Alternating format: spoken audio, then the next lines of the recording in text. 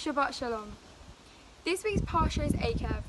In the Parsha of Eikev, Moses continues his closing address to the children of Israel, promising them that if they will fulfill their commandments, the mitzvah of the Torah, they will prosper in the land they are about to conquer and settle in keeping with God's promises to their forefathers.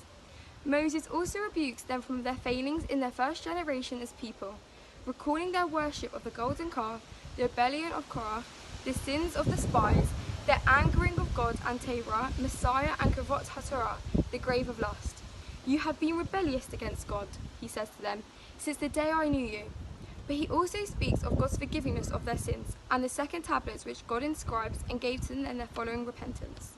The 40 years in the desert, says Moses, to the people during the God sustained them with daily manna from heaven, was to teach them that man does not live on bread alone, but by the utterance of God's mouth does man live. Moses describes the land that they are about to enter as flowing with milk and honey, blessed with the 7 kinds: wheat, barley, grapevines, figs, pomegranates, olive oil and dates.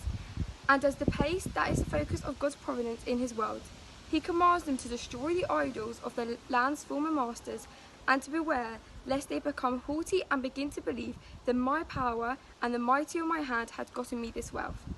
A key passage in our Parsha is the 2nd chapter of the Shema, which repeats the fundamental mitzvot enumerated in the Shema's 1st chapter and describes the rewards of fulfilling God's commandments and the adverse results, famine and exile, of their neglect.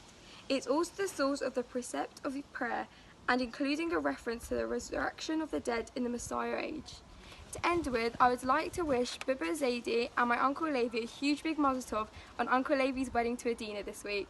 We are so excited and can't wait. Hope you will have a good Shabbos.